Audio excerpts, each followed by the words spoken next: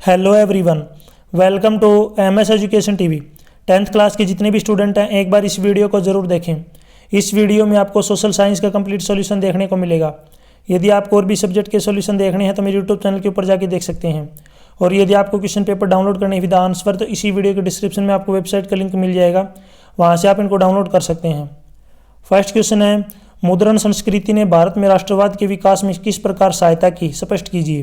तो इसका आंसर है, मुद्रण संस्कृति ने भारत में राष्ट्रवाद के विकास में बहुत ही महत्वपूर्ण भूमिका निभाई। अंग्रेजी काल में भारतीय लेखकों ने अनेक ऐसी पुस्तकों की रचना की जो राष्ट्रीय भावना से ओतप्रोत थी। बंकिम चंद्र चटर्जी के उपन्यास आनंद मठ ने लोगों में देश प्रेम की भावना का संचार किया। वंदे मातरम गीत भारत के कोने कोने में गूंजने लगा। नेक्स्ट है, भारतीय समाचार पत्रों ने भी राष्ट्रीय आंदोलन के लिए उचित वातावरण तैयार किया। अमृत बाजार पत्रिका, केसरी, मराठा, हिंदू और मुंबई समाचार आदि समाचार पत्रों में छपने वाले लेख राष्ट्रीय प्रेम से ओतप्रोत होते थे। इन लेखों ने भारतीयों के मन में राष्ट्रीयता की ज्योति जलाई। इसके अतिरिक्त भारतीय समाचार पत्र अंग्रेजी सरकार की गलत नीतियों को जनता के सामने रखते थे और उनकी खुलकर आलोचना करते थे। नेक्स्ट है, समाचार पत्रों के माध्यम से ही लोगों को पता चला कि अंग्रेजी सरकार किस प्रकार बांटो और राज करो यानी कि डिवाइड एंड रूल की नीति का अनुसरण कर रही है। उन्हें भारत से होने वाले धन की निकासी की जानकारी भी समाचार पत्रों से ही दी थी। इस प्रकार समाचार पत्रों ने उनके मन में राष्ट्रीयता के बीज बोए। सच तो यह है कि मुद्रण संस्कृति ने भारत में राष्ट्रवाद को बहुत ही मजबूत आधार प्रदान किया। मुद्रण ने समुदाय के बीच केवल मतांतर उत्पन्न नहीं किए, अपितु इसने समुदायों को भीतर से और अलग अलग भागों को पूरे भारत से जोड़ने का काम भी किया। समाचार पत्र एक दूसरे से दूसरे स्थान तक समाचार पहुंचाते थे, जिससे अखिल भारतीय पहचान उभरती थी। कई पुस्तकालय भी मिल मजदूरों और अन्य लोगों द्वारा स्थापित किए गए ताकि वे स्वयं को शिक्षित कर सके। नेक्स्ट क्वेश्चन है, उदारवादियों तथा रूढ़िवादियों के विचारों की तुलना करें। ठीक है, सबसे पहले बात कर लेते हैं। देखिए, उदारवाद वह विचारधारा है जिसके अंतर्गत मनुष्य को विवेकशील प्राणी मानते हुए सामाजिक संस्थाओं के मनुष्य की सूझबूझ और सामूहिक प्रयास का परिणाम समझा जाता है। रूढ़िवाद सामाजिक विज्ञान के अंतर्गत व्यवहारित एक ऐसी विचारधारा है जो पारंपरिक मान्यताओं का अनुकरण तार्किकता या वैज्ञानिकता के स्थान पर केवल आस्था तथा प्रागनुभावों के आधार पर करती है। नेक्स्ट देखिए, सुधारात्मक गतिविधियों में रूढ़िवादी हमेशा बुरे उद्देश्यों, विचारों, मौजूदा विचार और व्यवस्था में क्रांति लाने की इच्छा देखेंगे। वे सभी मौलिक नवाचारों का विरोध करते हैं। उसी समय रूढ़िवाद का अर्थ है सुधारों को स्पष्ट करना, उनमें गलतियों को दूर करना जो पहले से मौजूद है उस पर काम करना।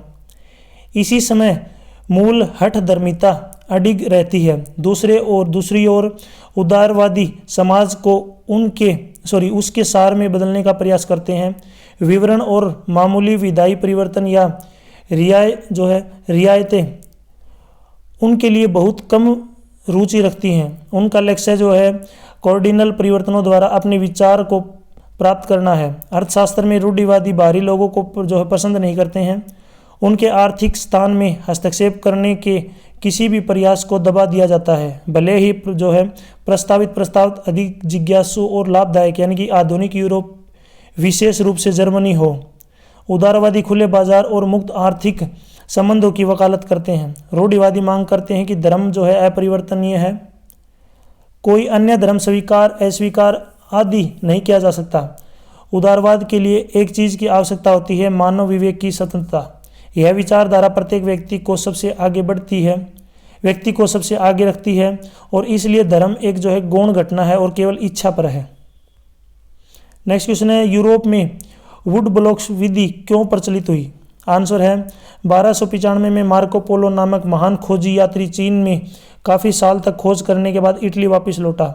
चीन के पास वुड ब्लॉक वाली छपाई की तकनीक पहले से मौजूद थी। मार्को पोलो यह ज्ञान अपने साथ लेकर लौटा।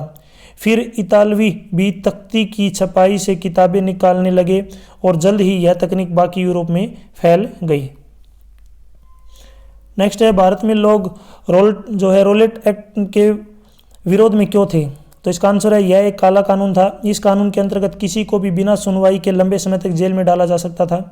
यह प्रथम विश्व युद्ध के दौरान ही भारतीय जनता को नियंत्रण करने में नियंत्रण में करने के लिए लाया गया था। इसका विरोध भारत की आम जनता ने किया।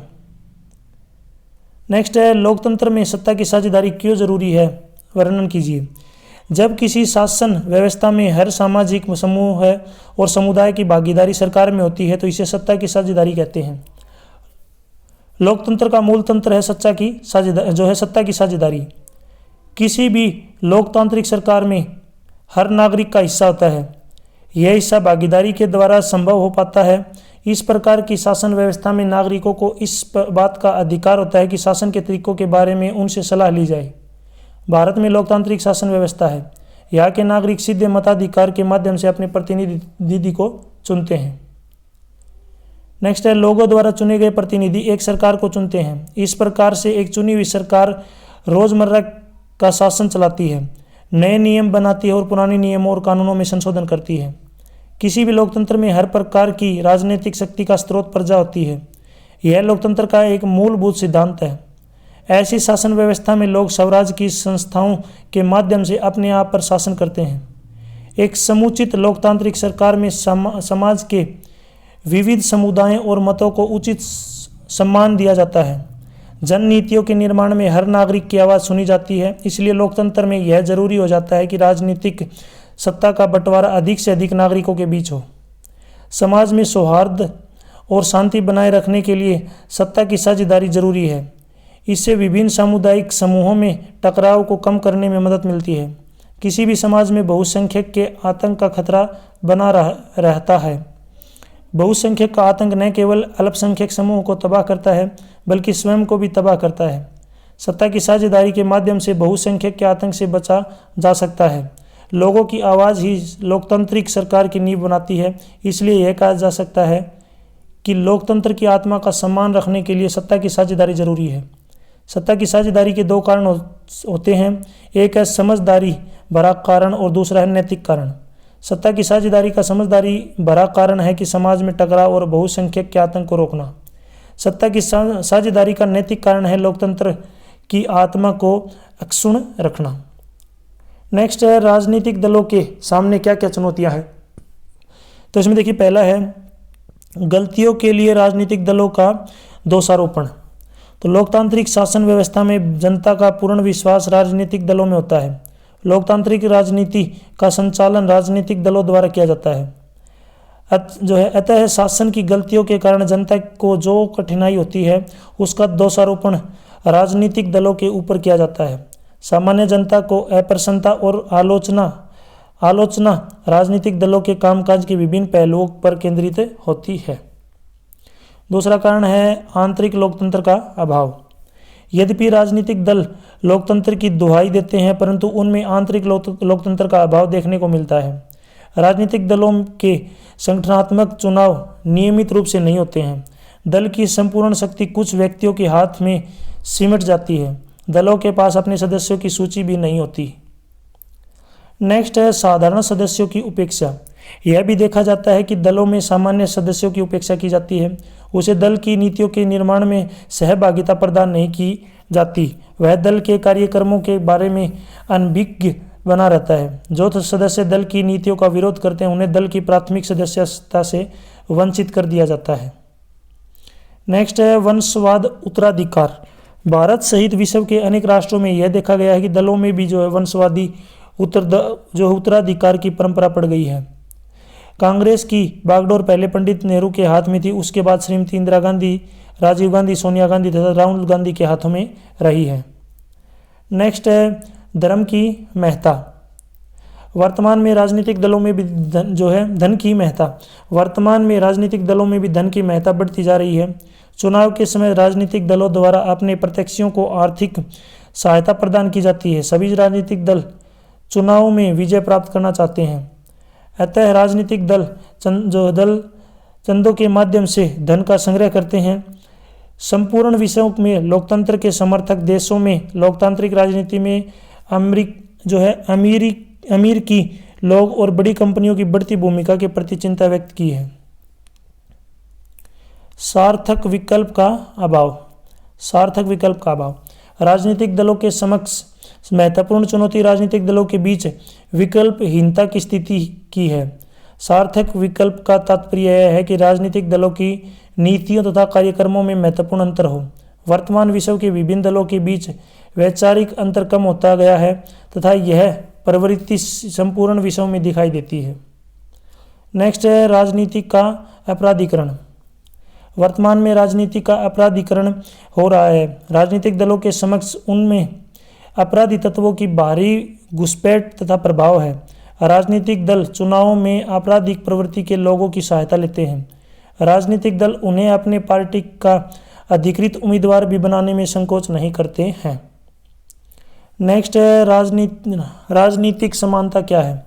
संविधान के द्वारा राजनीति में सबका स्थान समान है तथा देश के राजनीतिक क्रियाकलापों में सभी को बिना किसी भेदभाव के भाग लेने का अधिकार है।